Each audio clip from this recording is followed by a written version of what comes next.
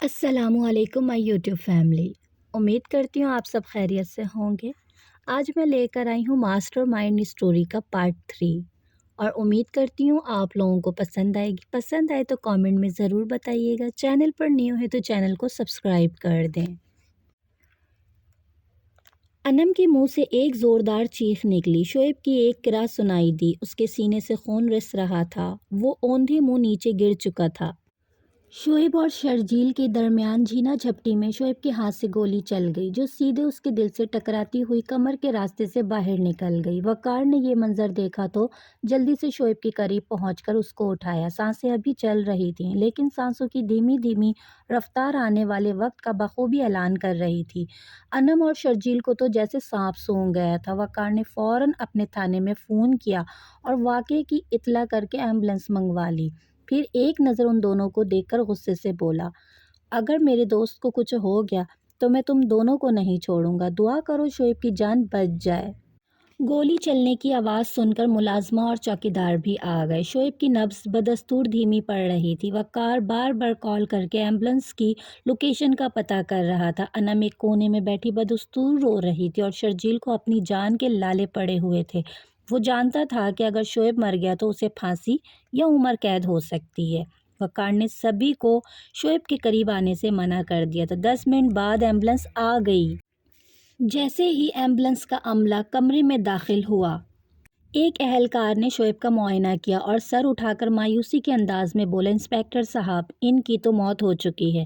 یہ سن کر انم چلائی اور لاش کی طرف لپکنے لگی لیکن لیڈی کانسٹیبل نے اسے روک لیا۔ وقار کے اشارے پر ایک کانسٹیبل نے آگے بڑھ کر شرجیل کو ہتھکڑی لگا دی، پر میں نے جان بوجھ کر قتل نہیں کیا۔ شعیب خود اپنے ہی ہاتھوں مارا گیا ہے۔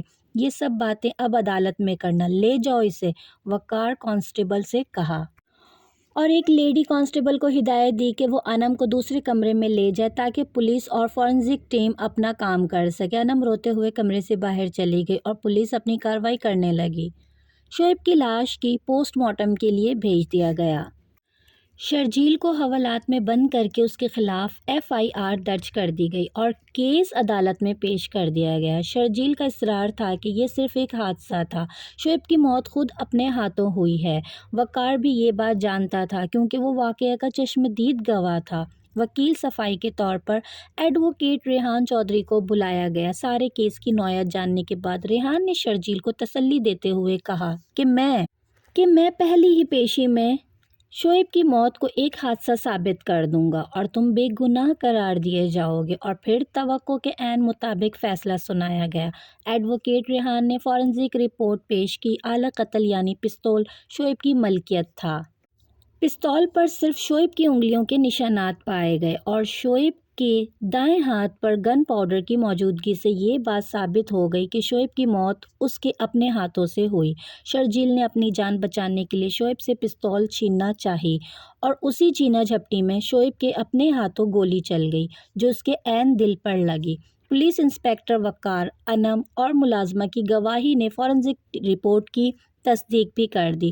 شرجیل کو عدالت نے بے گناہ قرار دیا اور اسے رہا کر دیا گیا۔ شعیب کی وفات کے بعد انم اپنے چچا کے گھر میں رہنے لگی۔ ویسے بھی شعیب گھر کا سودا کر چکا تھا، اس لیے انم نے چوکیدار اور ملازمہ کو مناسب رقم دے کر معذرت کر لی۔ کبھی کبھی وہ اس گھر میں کچھ وقت گزارنے کے لیے آ جاتی تھی۔ آج بھی ایڈوکیٹ ریحان نے اسے کال کر کے ملنے کا کہا۔ وہ شعیب کی وراثت کے بارے میں اسے بتانا چاہتا تھا اور کچھ دستاویزات پر انم کے دستخط مطلوب تھے۔ مقررہ وقت پر ریحان پہنچ گیا۔ شعیب صاحب پر بینک کا کافی قرضہ چڑھ گیا تھا، اسی لیے انہوں نے اپنا کراکری کا کاروبار ختم کر کے بینک کے تمام واجبات ادا کر دیے تھے۔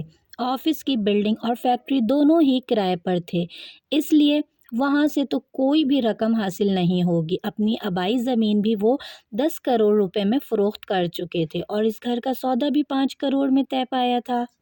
یہ رقم بھی ان کے کرایہ دار نے بینک میں جمع کروا دی تھی۔ تو کل ملا کر اس وقت شعیب صاحب کی جمع پونجی 15 کروڑ روپے سے کچھ زائد ہے۔ ان کا کوئی اور قریبی رشتہ دار تو موجود نہیں، اسی لیے ہی تمام رقم جلد ہی آپ کے اکاؤنٹ میں ٹرانسفر ہو جائے گی۔ اس سلسلے میں ان کاغذات پر آپ دستخط کر دیں۔ ریحان نے چند کاغذات میز پر پھیلاتے ہوئے کہا اور ایک پین انم کے ہاتھ میں پکڑا دیا۔ انم کچھ دیر تمام کاغذات کو پڑھتی رہی اور پھر خاموشی سے دستخط کر دیے۔ بس جلدی ہی یہ تمام رقم آپ کے اکاؤنٹ میں جمع ہو جائے گی۔ جیسے ہی بینک کی کارروائی مکمل ہوئی میں آپ کو اطلاع کر دوں گا۔ آپ چاہیں تو اس گھر میں مزید 10 دن اور رہ سکتی ہیں۔ نئے خریدار 1 تاریخ کو شفٹ ہوں گے۔ ٹھیک ہے، میں 30 تاریخ کو گھر کی چابیاں آپ کے حوالے کر دوں گی، انم نے مختصر جواب دیا۔ تو ٹھیک ہے، میں چلتا ہوں۔ ریحان اپنی نشست سے اٹھا اور باہر جانے لگا، لیکن دروازے کے قریب پہنچ کر وہ رک گیا اور پیچھے مڑ کر انم کی طرف دیکھنے لگا۔ ریحان کا یہ انداز دیکھ کر انم کچھ گھبرا گئی اور ڈرتے ڈرتے پوچھنے لگی، کیا ہوا؟ آپ ایسے کیوں دیکھ رہے ہیں؟ کچھ نہیں، بس ایک بات کرنی تھی آپ سے۔ ریحان واپس صوفے پر آ کر بیٹھ گیا اور گویا ہوا، اب آپ جلد ہی 15 کروڑ کی مالک بن جائیں گی اور یقیناً ان پیسوں سے اپنا کاروبار کرنا چاہیں گی۔ بس آپ مجھے اپنا لیگل ایڈوائزر بنا لیں۔ میں آپ کے سسر اور شعیب صاحب کا بھی وکیل تھا اور مجھے امید ہے میرے مشورے آپ کو کبھی بھی نقصان نہیں پہنچائیں گے۔ انم اس کا مطلب سمجھ گئی اور مسکرا کر بولی، جی ضرور، مجھے خوشی ہوگی اگر مجھے اپنے مفید مشوروں سے نوازیں گے۔ اس کے بعد دونوں میں کافی دیر تک گفتگو ہوتی رہی۔ ریحان کے واپس چلے جانے کے بعد انم گھر میں اکیلی تھی۔ رات کے 9 بج چکے تھے۔ وہ کچن میں اپنے لیے کھانا تیار کر رہی تھی کہ ایسے شرجیل کی آواز سنائی دی، ہمارے لیے بھی کچھ بنا لو، صبح سے بھوکا ہوں۔ انم نے پیچھے مڑ کر دیکھا، شرجیل کچن کے دروازے پر کھڑا مسکرا رہا تھا۔ جواباً وہ بھی مسکرا کر بولی، تمہاری بھوک اس کھانے سے نہیں ختم ہوگی بلکہ شعیب کی دولت حاصل کر کے ہی تمہارا پیٹ بھرے گا۔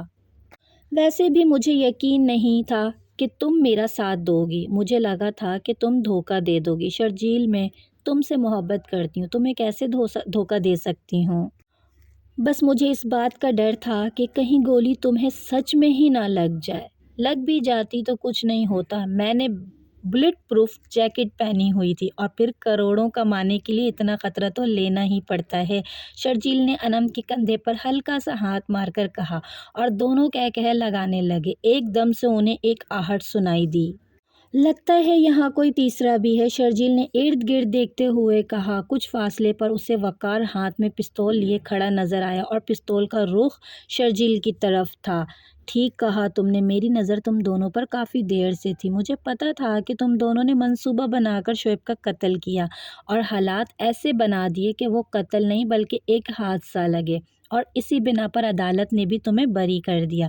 لیکن میں سمجھ گیا تھا کہ یہ سب شعیب کی دولت حاصل کرنے کے لیے منصوبہ بنایا گیا ہے۔ انم پہلی نظر میں وقار کو اس انداز میں دیکھ کر گھبرا گئی، لیکن شرجیل پر سکون تھا۔ کچھ دیر وہ وقار کو دیکھتا رہا اور پھر بولا، تمہیں تو ہم دونوں سے بھی پہلے اس منصوبے کا پتہ تھا، کیونکہ اس منصوبے کے ماسٹر مائنڈ تو تم ہی ہو نا۔ شرجیل کی بات سن کر وقار مسکرانے لگا اور پستول اپنی جیب میں رکھ کر سامنے پڑے صوفے پر بیٹھ گیا۔ ویسے ہمارا منصوبہ تو شاندار تھا۔ پہلے ایک ریسٹورنٹ میں نے شعیب سے ٹکرا کر اسے اپنی طرف متوجہ کیا، پھر اگلے ہی دن اس کے آفس میں جاب حاصل کر لی، شعیب کے دل میں اپنے لیے محبت پیدا کی اور پھر 6 ماہ میں ہی شعیب سے شادی کر لی۔ انم نے منصوبے میں اپنا کردار بیان کیا۔ اس کے بعد میں چھپ چھپ کر تمہیں ملنے آتا رہا اور ایسے حالات پیدا کر دیے کہ شعیب تم پر شک کرنے لگے، شرجیل نے بتایا۔ دوسری طرف میں شعیب کے دل میں انم کے لیے شک ڈالتا رہا اور اسے مارنے کا ایک فل پروف پلان بنایا۔ شعیب کو اس دن زبردستی گھر لے آیا۔ میں جانتا تھا کہ شعیب غصے کا تیز ہے، تم دونوں کو ایک کمرے میں ایسی حالت میں دیکھ کر وہ غصے سے پاگل ہو جائے گا اور اپنے دراز سے ریوالور نکال کر تمہیں مارنا چاہے گا، اس لیے تمہیں بلٹ پروف جیکٹ پہلے سے ہی پہنا دیا تھا کہ اگر غلطی سے گولی تمہیں لگ جائے تو تم مارنے نہ جاؤ۔ لیکن شعیب اپنی ہی گولی سے خود ہی مر گیا۔ اب کی بار وقار بولا، پستول کا رخ اپنی طرف سے ہٹا کر شعیب کی طرف کرنا اور پھر شعیب کی انگلی پکڑ کر ٹریگر دبا دینا آسان نہیں تھا، کچھ اونچ نیچ ہو جاتی تو میری جان بھی جا سکتی تھی، شرجیل نے کہا۔ تمہیں پہلے میں نے کئی بار اس کام کی پریکٹس کروا دی تھی نا، تو تمہیں مشکل نہیں ہونی چاہیے تھی۔ وقار اور شرجیل پہلے بھی کئی بار خالی پستول سے پریکٹس کر چکے تھے۔ وقار، ایک بات سمجھ نہیں آتی، شعیب تمہارا بچپن کا دوست تھا، وہ تمہاری مالی امداد بھی کرتا تھا، تو پھر پیسہ حاصل کرنے کے لیے تم نے یہ سب پلان کیوں بنایا؟ انم نے پوچھا۔ ہاں، دوست، وہ صرف نام کا ہی دوست تھا، اصل میں اس سے زیادہ مطلبی میں نے کوئی اور دیکھا ہی نہیں۔ وہ میری مالی امداد تو کرتا تھا، لیکن بات بات پر اپنا احسان جتلاتا تھا۔ اس کے دل میں میری 2 کوڑی کی عزت نہیں تھی۔ میں اس کی خالہ کی بیٹی شمائلہ کو پسند کرتا تھا، وہ کالج میں ہمارے ساتھ پڑھتی تھی۔ جب میں نے شعیب کو اپنی پسند کا بتایا تو اس نے میری غربت کا مذاق بنایا، مجھے کہا کہ تم معمولی سے پولیس انسپیکٹر ہو اور میرے خالو کروڑوں کا کاروبار کرتے ہیں، تم نے سوچ بھی کیسے لیا کہ تم ہمارے خاندان میں شادی کر سکتے ہو؟ میں آج بھی شمائلہ کو نہیں بھول پایا، اسی وجہ سے میری اپنی بیوی سے تعلقات اچھے نہیں ہو سکے، اسی لیے میں نے یہ سب منصوبہ بنایا۔ 1 سال پہلے شرجیل نے میرے ایک دوست کی بیوی کے ساتھ جھوٹی محبت اور ناجائز تعلقات بنا کر اسے کافی لوٹا۔ جب میرے دوست کو یہ بات پتہ چلی تو بدنامی کے ڈر سے اس نے پولیس کمپلین نہیں کی، بلکہ سیدھا میرے پاس آیا۔ میں نے شرجیل کو گرفتار کیا اور تب بھی میرے دماغ میں یہ منصوبہ آیا کہ ایک ایسی لڑکی کو ڈھونڈا جائے جو پہلے شعیب کو اپنی محبت کے جال میں پھنسائے، شادی کرے اور پھر ہم اس طریقے سے شعیب کا قتل کر دیں کہ وہ ایک حادثہ لگے۔ شرجیل نے مجھے تمہارا بتایا اور پھر میں نے شرجیل کے خلاف کوئی بھی کیس بنائے بغیر اس سے رہا کر دیا اور اپنے دوست سے بھی کہہ دیا کہ اب وہ تمہاری بیوی کو تنگ نہیں کرے گا، اور پھر سب کچھ پلان کے مطابق ہوتا رہا اور ہم سب تینوں جلد ہی 5-5 کروڑ کے مالک بن جائیں گے۔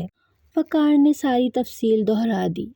اور جیسے ہی رقم مل گئی ہم تینوں اپنے اپنے راستے پر، کوئی کسی دوسرے سے تعلق نہیں رکھے گا۔ شرجیل بولا، ہمارے لیے یہی بہتر ہوگا کہ جیسے ہی رقم ملے سب ایک دوسرے کے لیے اجنبی بن جائیں۔ اگر ہمیں دوبارہ ایک ساتھ دیکھا گیا تو شاید پولیس کو شک ہو جائے اور کہیں دوبارہ سے تفتیش شروع نہ ہو جائے۔ ڈپارٹمنٹ میں میری ٹانگیں کھینچنے والے کافی ہیں، اس لیے ہمیں ہوشیار رہنا ہوگا، وقار نے اپنا خدشہ بیان کیا۔ پھر اس کے بعد تینوں کافی دیر تک باتیں کرتے رہے، اپنی کامیابی پر خوش ہو کر اگلے لاہے عمل کے بارے میں سوچنے لگے۔ 4 دن کے بعد وقار پولیس اسٹیشن سے گھر کی طرف جا رہا تھا کہ اسے انم کی کال آئی۔ مجھے تم سے ضروری بات کرنی ہے، جلد از جلد شعیب کے گھر آ جاؤ۔ انم نے اتنا کہہ کر فون بند کر دیا۔ وقار تیز رفتاری سے اپنی گاڑی دوڑاتا ہوا شعیب کے گھر پہنچا اور اب وہ انم کے سامنے موجود تھا۔ مجھے لگتا ہے کہ شرجیل ہم دونوں کو دھوکہ دینے کا پلان بنا رہا ہے، انم نے وقار کے سامنے کافی کا مگ رکھتے ہوئے اپنا خدشہ ظاہر کیا۔ ایسا کیسے کہہ سکتی ہو تم؟ وقار نے مگ اٹھا کر پوچھا اور کافی کا گھونٹ بھرنے لگا۔ میں نے اکثر فلموں میں دیکھا ہے، 3-4 لوگ مل کر پیسہ کماتے ہیں اور پھر ایک دوسرے کو مار کر ساری رقم کوئی ایک ہتھیا لیتا ہے۔ انم کی بات سن کر وقار نے کہکہا لگایا اور بولا، بات تو صحیح ہے، اس سے پہلے کہ شرجیل ہم دونوں کو مارنے کا پلان بنائے، کیوں نہ ہم دونوں مل کر اس کا نام، اس کا کام تمام کر دیں۔ اگر پکڑے گئے تو انم اس انداز سے وقار کو محسوس ہوا کہ وہ بھی ایسا ہی چاہتی ہے۔ ارے پولیس انسپیکٹر ہوں، شعیب کے قتل کی طرح کوئی فول پروف پلان بناؤں گا، فکر نہ کرو، ہم پکڑے نہیں جائیں گے۔ وقار نے جیسے ہی اپنا جملہ ختم کیا اس نے اپنے پیچھے ایک ہلکی سی آہٹ محسوس کی۔ وہ پیچھے مڑ کر دیکھنے ہی لگا کہ ایک زوردار ضرب اس کے سر پر لگی۔ خون کا ایک فوارہ اس کے سر سے بہنے لگا، وہ قالین پر گر گیا۔ سوری باس، وہ کیا ہے نا، میں اچھا کام کرنے میں دیر نہیں کرتا۔ اس سے پہلے کہ تم مجھے مارنے کا پلان بناتے، میں نے انم کے ساتھ مل کر تمہیں ہی راستے سے ہٹانے کا منصوبہ بنا لیا۔ اس کے بعد شرجیل نے لوہے کی راڈ سے وقار کے سر پر کئی وار کیے۔ وقار کے مرنے کے بعد شرجیل اور انم نے اس کی لاش اور لوہے کی راڈ کو وقار کی گاڑی کی ڈگی میں رکھ دیا۔ کہانی کا بقیہ حصہ نیو ویڈیو میں آئے گا۔ نیو ویڈیو کے لیے آپ کو ویٹ کرنا پڑے گا۔ آپ لوگوں کا بہت بہت شکریہ، ملیں گے نیو ویڈیو میں۔ اللہ حافظ۔